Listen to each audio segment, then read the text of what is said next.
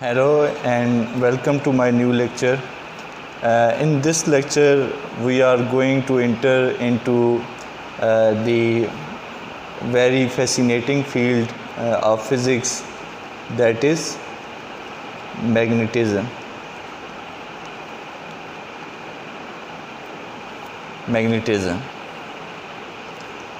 And I would start the discussion with chapter 28 of Fundamentals of Physics book by Halliday, Resnick and Walker, which is titled as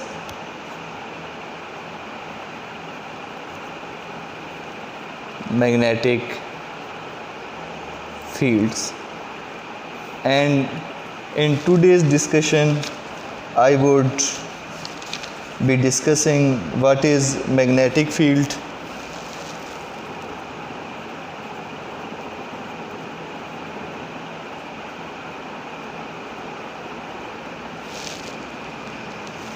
magnetic force on a particle,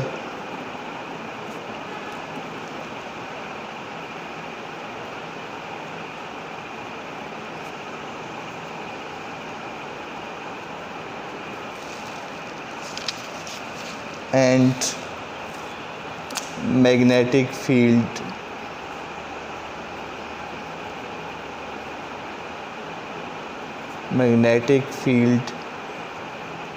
lines. These topics would be part of our discussion today.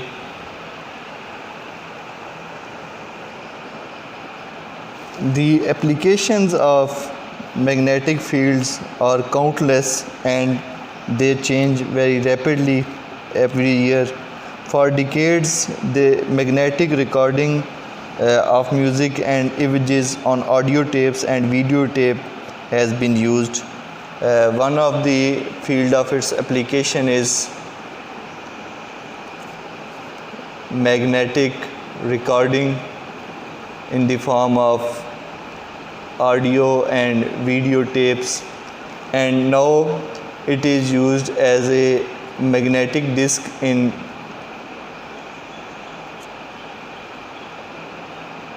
computers.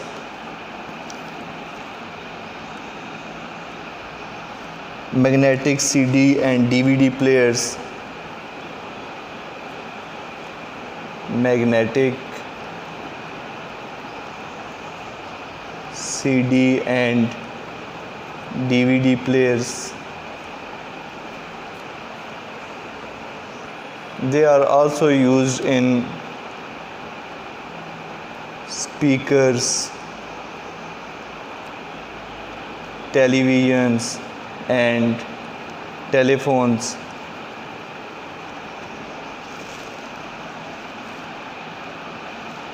Modern cars are equipped with dozens of magnets because they are required in motors for control, security alarm systems, doorbell, automatic door latches employ magnet. In short, we can say that we are surrounded by magnets. The science of magnetic field is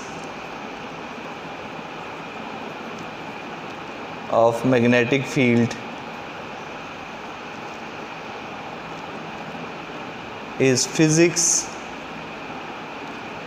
and application of magnetic field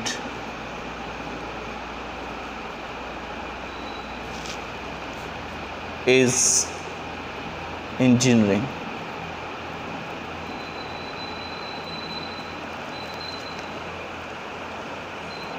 However, whether you are a scientist or an engineer, you need to know what produces a magnetic field.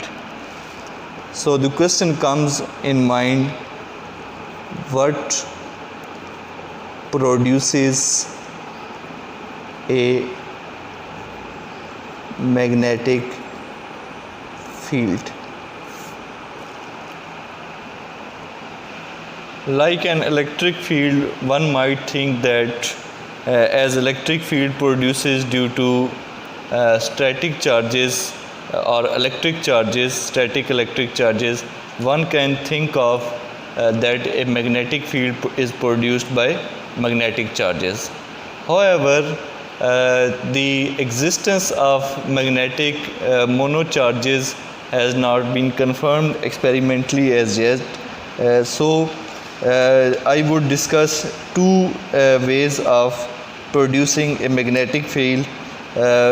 One of the ways is due to movement of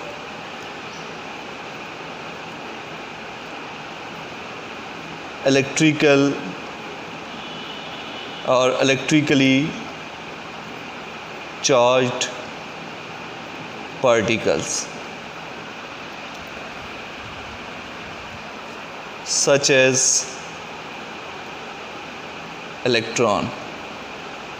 Such a magnetic field is produced due to motion of electrical charged particles like electron, and such a type of magnet is known as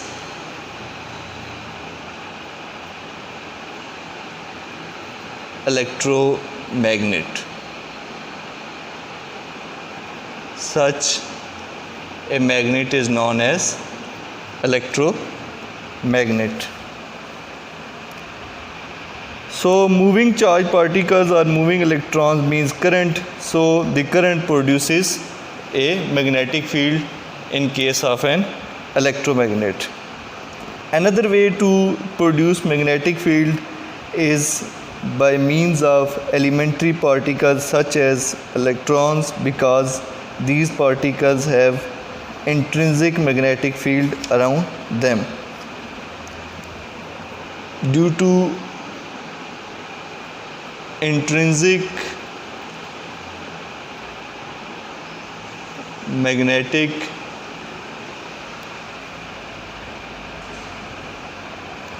field,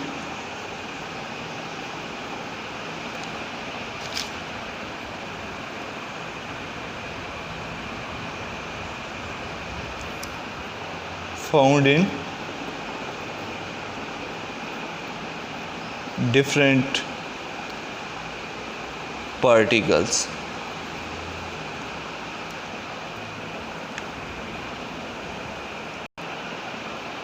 These particles have magnetic field as intrinsic, just like the particles have mass and charge, they also possess magnetic field. And in some cases the magnetic field due to these electrons or add up and they give net magnetic field, just like the case of a permanent magnet.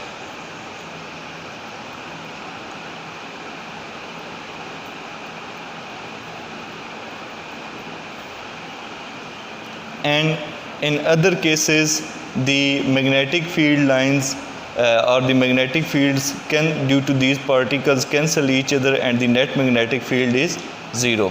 So there are some materials which have net magnetic field like iron, etc., and while other have no net magnetic field. Just like humans do not have net magnetic field and they are magnetically, human body is magnetically neutral. Next, I would be considering the definition of magnetic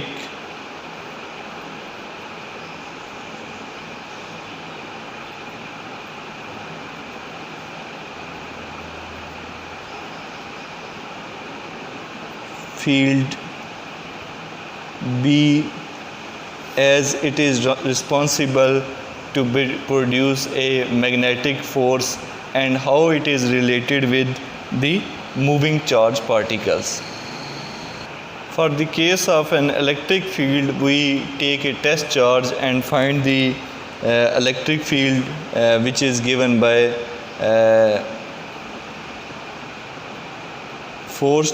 electric force over that charge particle. However, since the charges are not static in case of a magnetic field, Therefore, we would take a moving charged particle and observe the magnetic field force Fb that is acting upon it. Suppose the charged particle is moving in different direction like this, and we are calculating the magnetic force due to all different direction.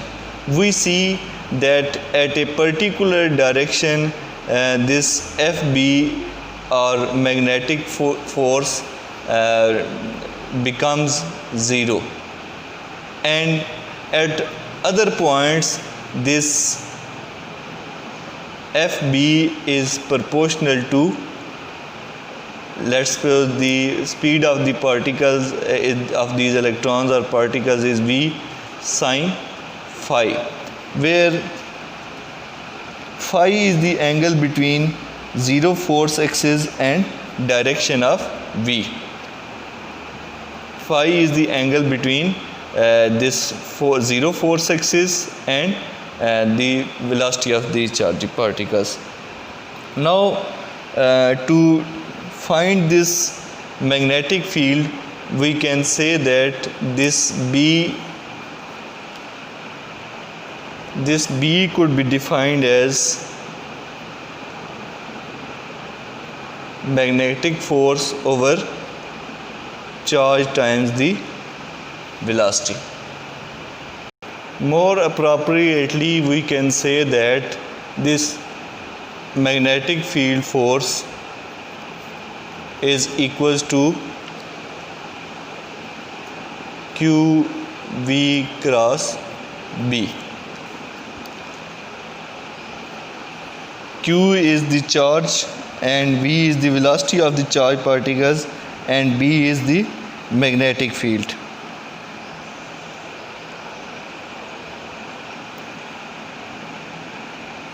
And in magnitude form, we can say that this Fb should be equals to QVB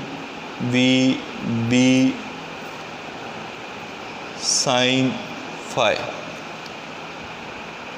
This is, let's say, my equation A and equation B. And equation A basically tells us that magnetic force is equal to charge times the cross product of velocity and magnetic field. And I suppose that you already know the different properties and basic characteristics of cross product. And cross product appears as VB sine phi. This becomes my equation B. Now, how to find out magnetic force on a particle? We have already developed the relationship. We just need to analyze it a bit further on a particle.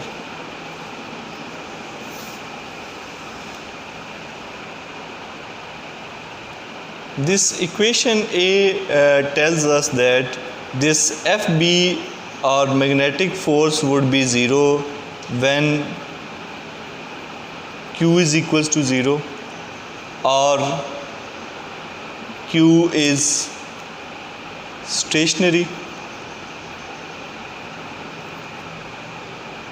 or when this phi is, that is angle between magnetic field and the velocity of these charges, this charge would be 0 or 180 degree. These are different scenarios when the force is 0. This means that the charge is moving parallel or anti-parallel to the magnetic field B, or there is no charge.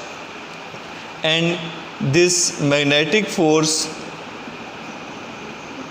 would be maximum when the phi is 90 degree.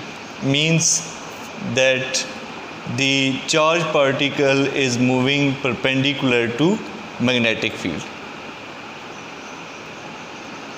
Charged particle is moving perpendicular to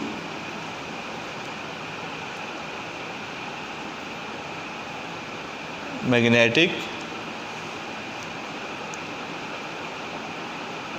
field. Now, how to calculate as this magnetic force is a vector quantity. Now, how to calculate this magnetic force? Let's suppose this is my direction of charged particle and this is direction of magnetic field, right? And this is the angle phi.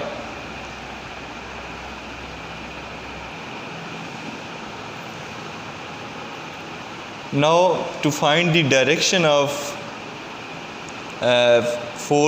magnetic force, I would curl the fingers of my right hand in the direction of this V cross B, and my thumb will indicate the direction of magnetic force. So in this case, as I move along this phi like this, my thumb would be indicating the direction of magnetic force, which would be given like this, right?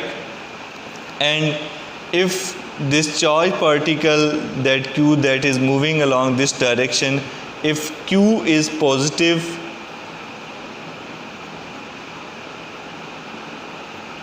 then my force would also be positive and given by Q V cross B, and force would be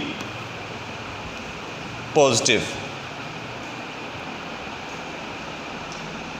If Q is positive, then the magnetic force and the cross product of V cross B are perpendicular to that point in the same direction.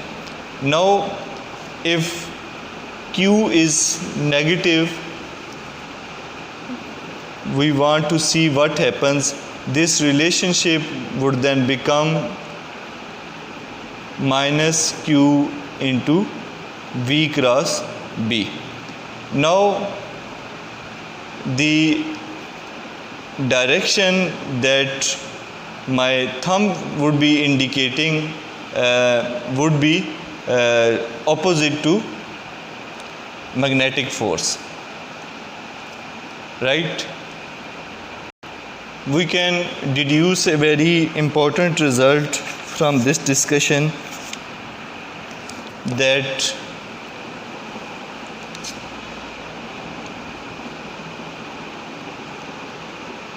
the force acting on a charged particle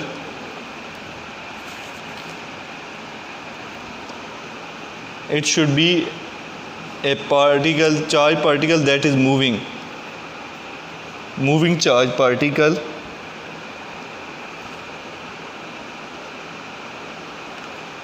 with velocity v through magnetic field B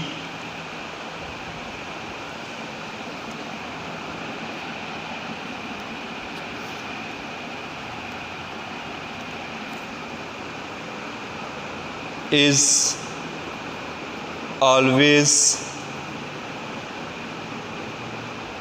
perpendicular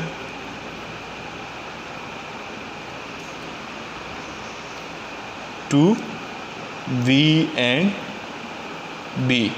That magnetic force is always perpendicular to V and B, and when Q is negative, the direction of force would be reverse.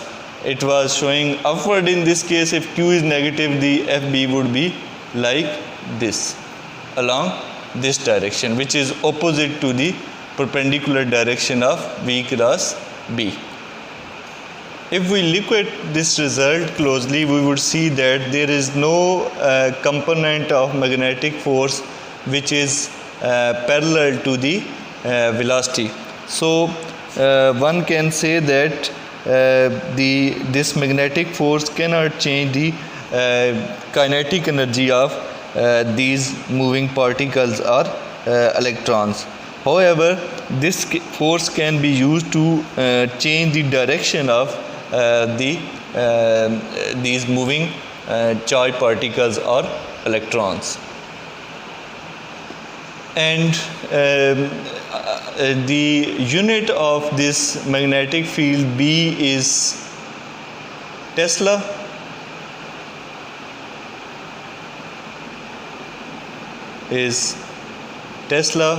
And 1 Tesla would be, as I told you, 1 Newton per 1 Coulomb into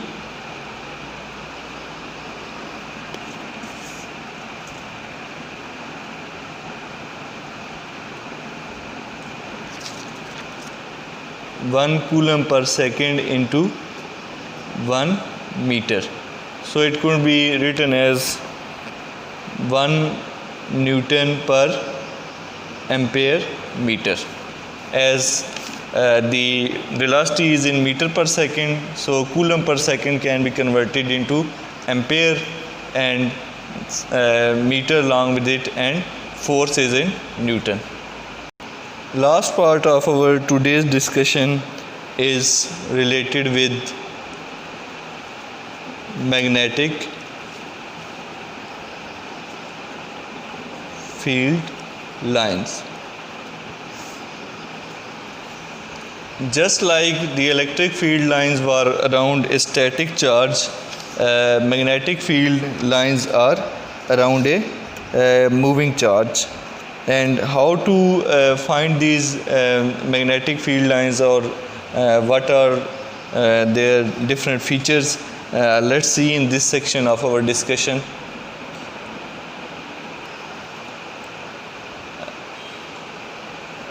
I would like to further show the magnetic field lines in case of a bar magnet that I have made over here, and I have shown the magnetic field lines in this figure.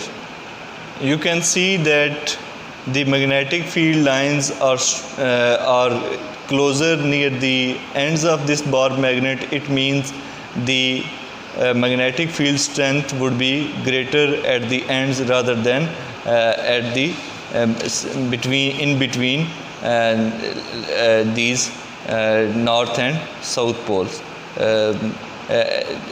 As I told earlier, the closer the magnetic field lines, the stronger would be the magnetic field B. Another thing you can see that the magnetic field lines originate from a point and exit at another point, and they originate from the north pole and they exit to the south pole. Now when you have a north pole and south pole, you can call this as a magnetic dipole. And like the case of charges, we can say that opposite magnetic poles attract each other while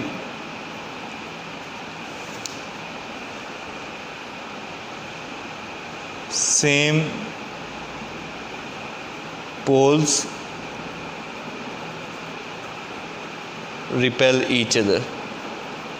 Therefore, a north pole would repel a north pole and a south pole would repel a south pole, while a north pole will attract a south pole or a south pole will attract a north pole. Our earth also has